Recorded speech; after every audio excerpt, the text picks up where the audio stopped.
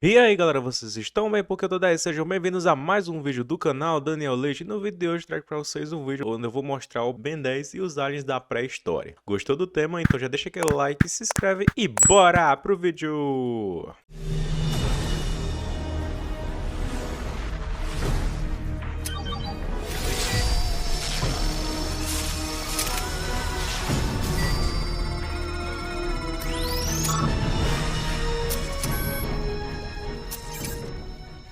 Bom, galera, e se a história de Ben 10 não tivesse começado nos tempos modernos, mas sim durante a Era das Cavernas, há cerca de 100 mil anos atrás? Se antes de carros, celulares e satélites, o poder do Omnitrix já estivesse moldando os rumos da humanidade primitiva? Há 100 mil anos atrás, os humanos eles eram nômades, né? Eles viviam caça, pesca e também de coletas de frutos, né? Como a gente aprende na aula de história. E eles estavam em constante deslocamento, por causa que eles não tinham um lugar fixo para morar, né? Por isso que eram nômades, eram peregrinos, né, nos locais. E aí assim, galera, nesse vídeo vamos explorar uma realidade alternativa onde o lendário herói intergaláctico surge entre nossos ancestrais. Um cenário onde civilizações ainda engatinhavam, né? Bestas colossais dominavam a Terra e o desconhecido era uma ameaça constante. E qual é o mais interessante disso? Existe uma curiosidade do próprio universo de Ben 10 que casa perfeitamente com essa proposta: a existência de um ancestral humano fictício conhecido como Sotopithecus, uma espécie não reconhecida pela ciência real, mas que dentro da mitologia da série pode ser o ponto de partida perfeito para reimaginar toda a cosmologia da franquia sob uma ótica ancestral. Imagina assim então, galera, tipo, que nessa linha do tempo alternativa, os Homo sapiens não evoluíram sozinhos e coexistiam, ou talvez até competiam com os Sotopithecus, uma espécie que seria mais agressiva, instintiva e quem sabe a primeira a manifestar habilidades osmosianas, por exemplo. Seriam esses os primeiros a terem componentes genéticos únicos, mesmo em forma bruta, né? Seria uma versão primitiva de um deles, o que viria a ser o Kevin Levin. Nesse universo temos o Ben Caveman. Ele é um garoto pré-histórico que ele usa uma espécie de vestimenta feita de folhas verdes, né? O peito dele é a amostra, né? Como a gente vê aí. Ele tem um cinto rudimentar, curiosamente lembra o que é usado pelo Normossauro em Omniverse, né? Só que o curioso é que a sua transformação vaxassauriana, ela não tem o cinturão, né? O Normossauro Caveman, ele assume um visual quase idêntico ao que aparece lá em Heróis Unidos, mas reforça uma estética mais ancestral, né? Como se os aliens também tivessem suas formas primitivas e mais bestiais. Mas em breve, né, falarei mais desses ETs. Falando em bestiais, o besta Caveman, ele parece muito um Smilodon alienígena. Agora a sua pelugem é amarela, né? Ele tem caninos enormes e o mais bizarro é que ele tem olhos. O besta com olhos, meu Deus. Logo poderíamos teorizar que os Vulpimancers Cavemen, eles ainda não foram mutacionados em Vulp ainda, né? Como a gente conhece na história original. E o interessante dessa adaptação é que nem tudo precisa ser radicalmente diferente. Eu particularmente colocaria algumas raças como os Galvanianos e até mesmo os Sapiens Celestiais tendo o mesmo aspecto e nível de inteligência. Mas outras espécies como os Apoplexianos, os Vulpimancers, né? Os Vaxassaurianos e entre outros, né? Eles ganhariam versões mais selvagens, né? Com traços mais brutos, olhos mais arregalados e garras mais protuberantes. Isso porque fica mais fácil de explicar o universo em si, se todas as espécies forem ancestrais, os galvanianos eles já terem evoluído, e seu período ancestral fosse antes, por causa que é assim, o Azimuth, ele estaria do mesmo jeitão dele, né? E ia ser massa demais, tipo, ver a interação dele com o Ben Caveman. Aí, assim, a genialidade do artista, que o nome dele é Miss Creator, que desenvolveu as fanarts que ilustram esse vídeo, e o Ben Caveman. Inclusive o link do canal dele vai estar aí na descrição, beleza? Tudo isso que eu falei tá justamente equilibrando um antigo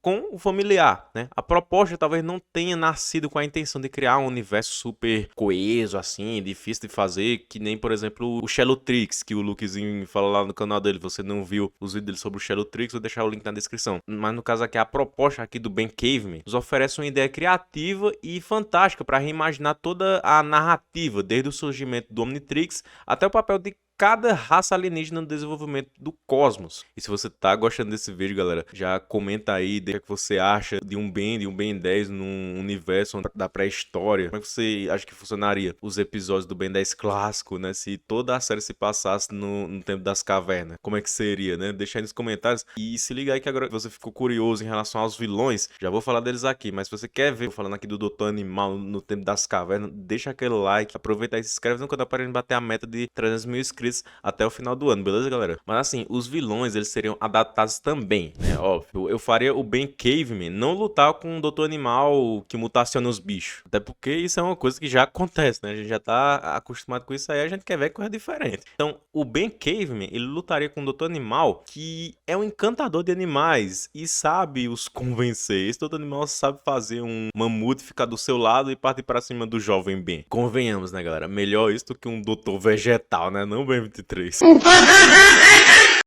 Agora, bora explicar cada Alien Caveman detalhadamente. Começando pelo Rat Caveman. Entre as transformações mais impactantes do Ben Caveman, o Rat ancestral ele se destaca como uma reinterpretação feroz e visceral do Alien original. Ele foi batizado informalmente por mim como Rat Caveman. Essa versão ela apresenta um visual muito mais bestial, né? O seu pelo ele é mais escuro, espesso e desgrenhado, né? Evocando a brutalidade crua da fauna pré-histórica. E mesmo com o estilo cartunesco, né, que tem nele, aqui ele se aproxima esteticamente de um verdadeiro predador das eras glaciais, sendo nitidamente inspirado no lendário tigre dentes de sabre, assim como o besta Caveman, ou seja, os bichos é baseado no Diego lá da Era do Gelo, os bichos são brabos, né? Os caninos alongados que sobressaem da mandíbula reforçam esse paralelo, referindo ao alien como uma aura ameaçadora e instintiva. Olha pra esse bicho aqui, você não se sente ameaçado, não, galera? Esse bicho aqui, acho que botava um pé de extinção e pronto, entendeu? Chegar lá com deixa eu te mandar a real, meu filho, a pessoa tem que orar ali pra não morrer.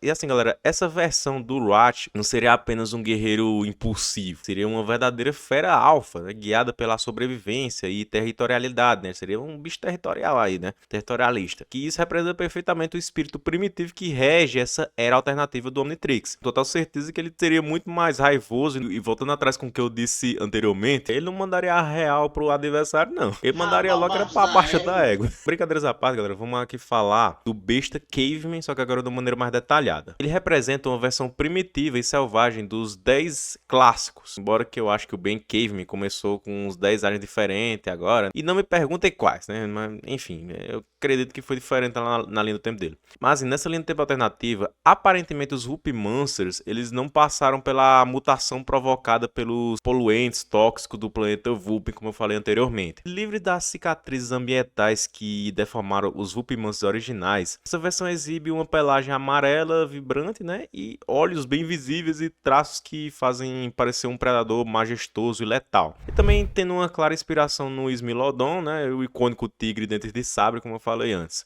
Ao invés de uma criatura monstruosa e cega, a besta ancestral é mais equilibrada visualmente, né, combinando agilidade felina, força bruta e sentidos aguçados. A sua postura é imponente, mas menos distorcida, revelando como a espécie seria em sua forma pura, vamos dizer assim. Antes de séculos de exposição a um veneno sem reparo, como falado aí nessa merchandise. Agora, galera, vamos sair um pouquinho dos aliens de força alienígena, do clássico, vamos aí para um alien de Omniverse, né, supremacia, né? Ele apareceu primeiro supremacia, mas muitos conheceram ele pelo Omniverse. Enfim, eu tô falando do Shock Squad. O Shock Squad Caveman, ele é uma das transformações mais interessantes do Ben das Cavernas, não apenas pelo visual imponente, mas também pelo seu valor simbólico dentro da metanarrativa da franquia, caso o Ben Caveman fosse canônico. Visualmente, ele reaproveita o design que foi originalmente criado para o alienígena lá em Heróis Unidos, né? Um visual que, embora tenha marcado presença, acabou sendo abandonado para deixar ele mais clean em Omniverse, né? Vamos dizer assim.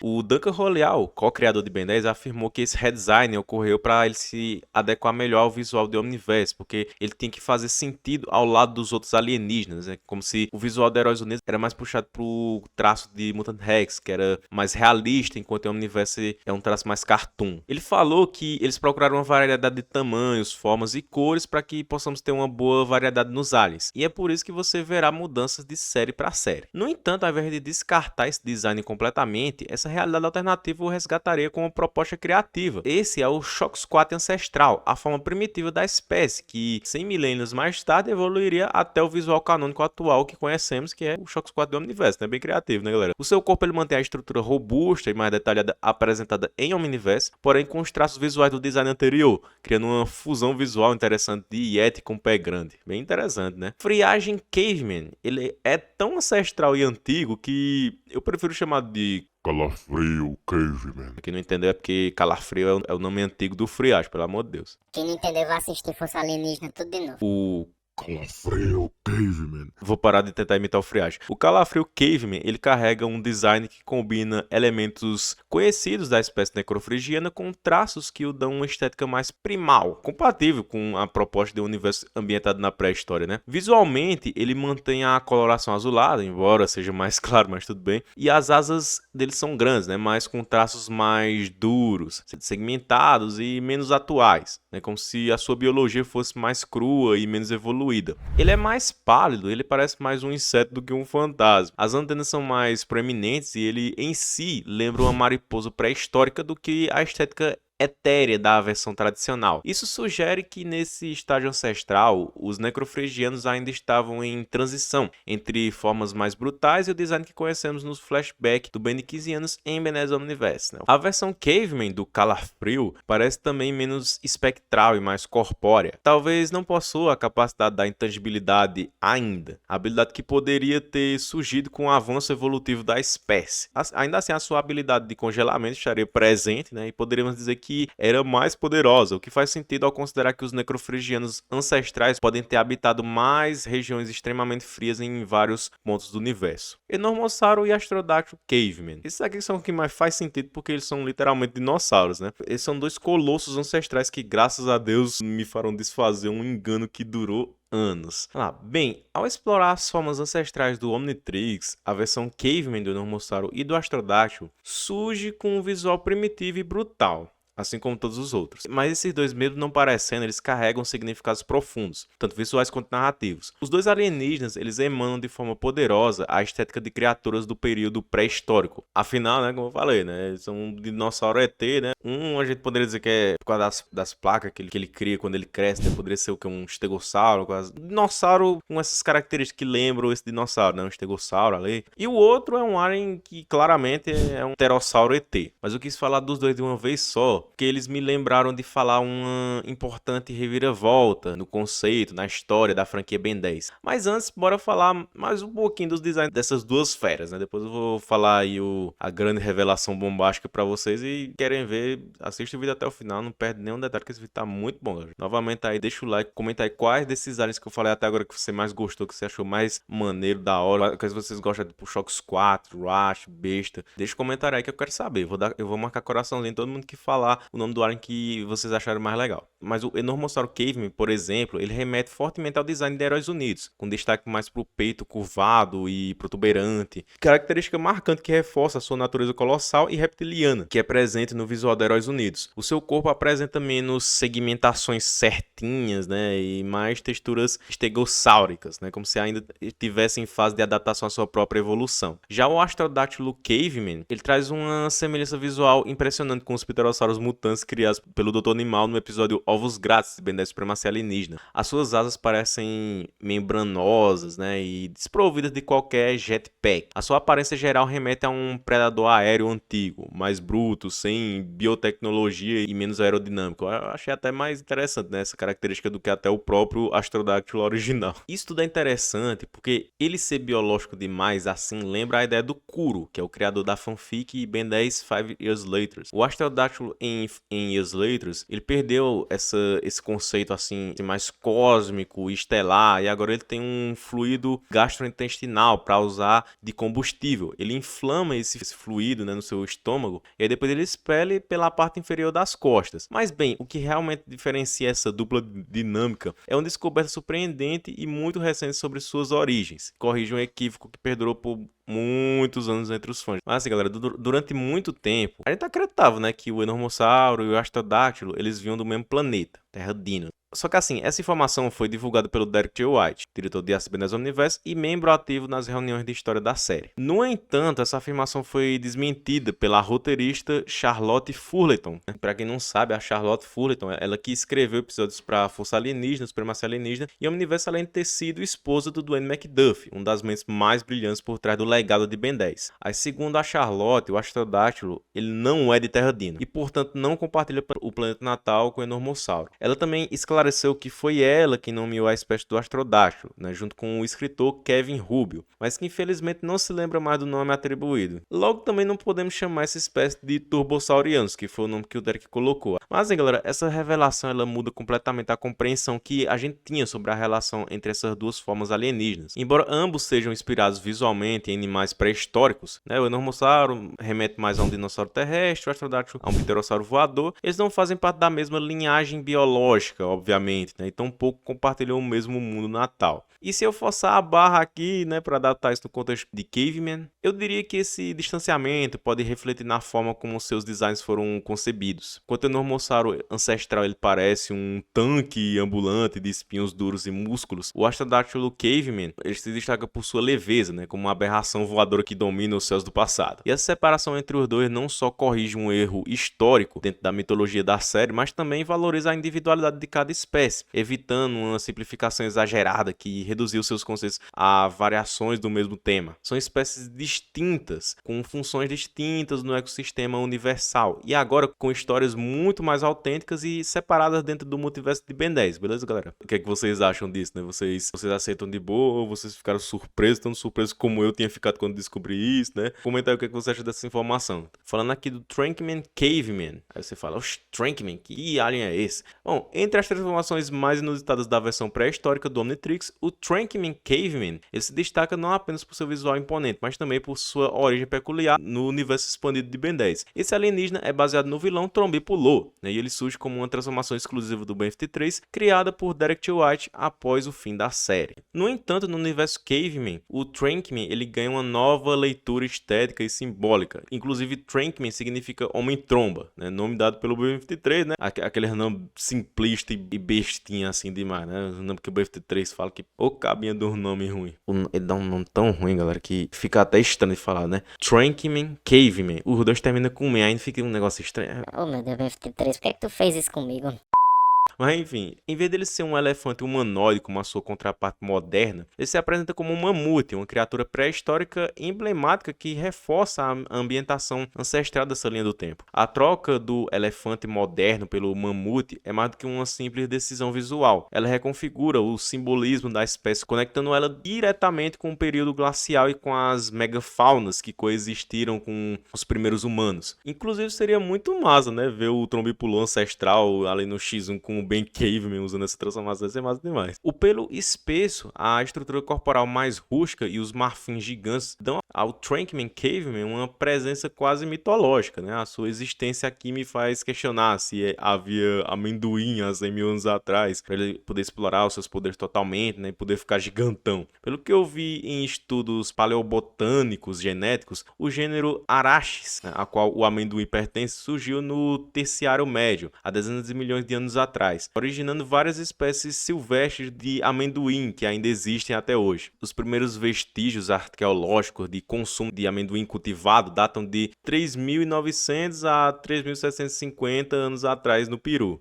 Enquanto a espécie chamada Arachis hipogaia em si é uma alopoliploide recente, né, formada entre 3.500 e 9.400 anos atrás, por hibridização de duas espécies de diplodes silvestres. Então, entendendo esse assunto ultra complexo da origem biológica e ancestral do amendoim, sabemos que há 100 mil anos atrás existiam sim ancestrais silvestres de Arachis, mas o amendoim cultivado só surgiu muito mais tarde, né? Mas na pré-história recente, né? Então eu adaptaria para que o Trankman Caveman ele pudesse comer esses Arachis silvestres e tivesse o mesmo efeito do Trombipulô comendo amendoim. O Ben Caveman ele provavelmente seria alérgico a Arachis silvestre, porque o Ben ele é alérgico a amendoim, né? Não, valeu, eu sou alérgico. Essa reformulação permitiria a série explorar temas visuais e conceituais incríveis, caso o Ben Caveman fosse canônico, né? Porque a Dimensão 23 parece futurista. Logo, um alien que era para ser exclusivo do Ben 23, né? De uma dimensão que parece futurista, sendo usado por um Ben das cavernas, parece até anacrónico. Por isso que seria genial. É como se estivéssemos vendo as raízes profundas do que séculos depois tornaria um alienígena cômico e fanfarrão. Até porque o Ben 23 é assim, né? Então o Trankman deve ser assim também. Além disso, a presença do Trankman Caveman também reforça um aspecto temático recorrente da série, né, de Ben 10 Omniverse. Designs alternativos bem trabalhados. Veja o glutão puro do Ben irado, né? Ele não parece um Sim de goma feliz, né, e radiante, né, como o glutão clássico. Ele parece frio, sombrio e sujo, né, combinando 100% com a estética Mad Max. O que em um design é cômico e extravagante, em outro pode ser simbólico e bestial. Veja o Pesky Dust, ou Fada do Sono, né, e compare com o design oficial que o Derek fez da Nemuína do Albedo, e percebam como esse delineado, né, deixou o Pesky Dust sombrio e tudo, né. Certos detalhes mudam tudo, e eu particularmente acho o Mamute mais B10, mas muito massa demais, né, do que um elefante. Falando do XLR8 Caveman, esse eu gostei, né? Mas eu queria não gostar. Sabe por quê? Porque ele tá muito mais parecido com a versão hollywoodiana do Velociraptor, que é o Velociraptor réptil e sem penas, algo que sabemos que é incorreto. Todavia, o XLR8 por si só já é baseado nessa ideia, né? A versão Caveman só acentuou ainda mais isso, né? Então é difícil eu não gostar, até porque ele é um dos meus aliens favoritos, né? Mas que isso é interessante, né? A gente ver ele baseado na versão original e não na hollywoodiana, mas tudo bem. Vamos agora para o Enormoraptor Caveman. Dentro da proposta pré-histórica do Ben Caveman, poucos alienígenas despertam tanta curiosidade quanto o Enormoraptor Caveman. Assim, talvez o Trankman Caveman despertou, mas ainda assim, ele é uma criatura que, à primeira vista, poderia ser confundida com uma simples variante do Enormossauro, mas na verdade carrega uma linhagem diferente. O Enormoraptor Caveman é diretamente inspirado no Enormoraptor alienígena híbrido criado pelo Kevin no reboot da série.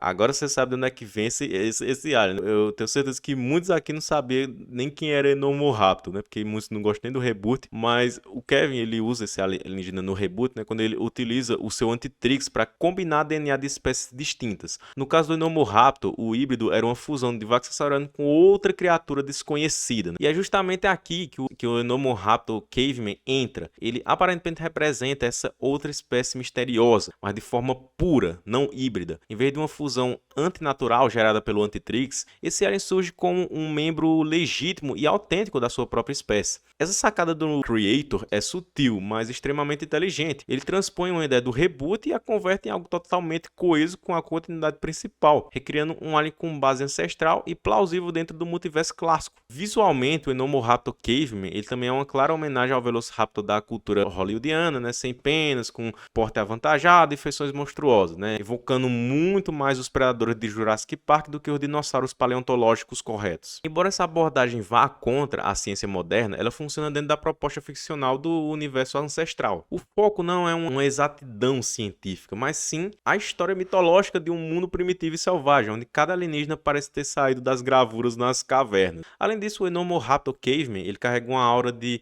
brutalidade elegante, simples em seu design, mas com um propósito claro e eficiente. Ele preenche perfeitamente o espaço reservado aos aliens de perfil predatório desse universo e ajuda a ampliar a noção de que a fauna alienígena do passado não era apenas uma versão menos tecnológica da atual. Ela tinha formas próprias, culturas biológicas distintas e uma lógica de evolução única. A nota aqui, galera, é um 10 sólido, é um 10 bem redondo. Não só pela execução visual, mas também pela genialidade da ideia. Usar um elemento do reboot e simplificar é algo que eu gostei bastante. E para fechar com chave de ouro, o Ben Caveman teve um fanalien exclusivo, né? Muito legal isso, né? É o Triceratops Caveman, criado exclusivamente para o Ben Caveman pelo Mist Creator, né? O homem é bom de criar mesmo, por isso que o nome dele é esse, né? Ele é um alien baseado em Triceratops, né? Ele se destaca pela aparência monstruosa e coloração laranja vibrante. Ele parece menor em tamanho que outros alienígenas de força bruta, como o Enormossauro Caveman ou o Enormoraptor Caveman, mas compensa isso com um porte avantajado, musculatura densa e uma aparência que indica que ele é um alien muito tanque. A sua função no time ancestral parece clara, servir como escudo da equipe, aguentando impactos extremos e partindo para cima com investidas corporais pesadas, como um verdadeiro tanque pré-histórico. E na realidade, Caveman Ben Tennyson nasceu em 100 mil anos antes de Cristo e encontrou Omnitrix na floresta. No entanto, a natureza do Omnitrix e de onde ele veio é desconhecida. Por isso teorizei que o Azimuth seria a mesma coisa, né? O Ben ele não fala muito, já que ele desconhece as palavras. Por consequência, seus ETs também não teriam nomes, né? Infelizmente, por isso que eu nomeio eles assim, que eu que tô chamando eles assim pelos nomes que a gente já conhece, né? Pra se referir a esse Ben. Mas o Ben, a Gwen, o Max, quase toda a família Tennyson habitam as cavernas deste mundo. E o lugar que seria um monstro e não possuiria tecnologia avançada. E bem, galera, esse foi o vídeo, espero que vocês tenham gostado. Se gostaram, deixa aquele like, comenta o que você achou desse conceito aí do Ben Caveman. Quais próximos vídeos eu posso trazer aqui no canal? Deixa aí suas sugestões. Então aproveita, deixa aquele like, se inscreva no canal se possível, seja membro, ativa o sininho, falou e tchau!